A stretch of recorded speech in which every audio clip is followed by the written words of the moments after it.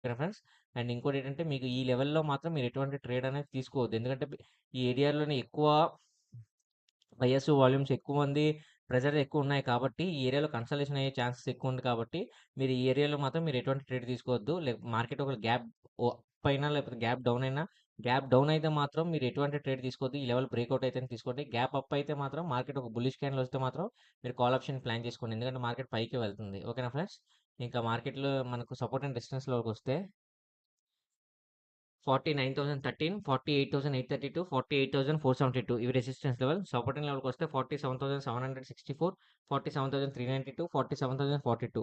నేను ఏదైతే support and resistance ఇచ్చానో video ఎండ్‌లో కూడా పెడతాను. మీకు కావాల్సిన స్క్రీన్‌షాట్ తీసుకోవచ్చు. అండ్ తిరిగి మళ్ళీ మనం రేపటి వీడియోలో మళ్ళీ మనం కలుద్దాం. నా వీడియో గనుక నచ్చితే వీడియోని లైక్ చేసి ఛానల్ అయితే సబ్స్క్రైబ్ చేసుకోండి. Thanks for watching.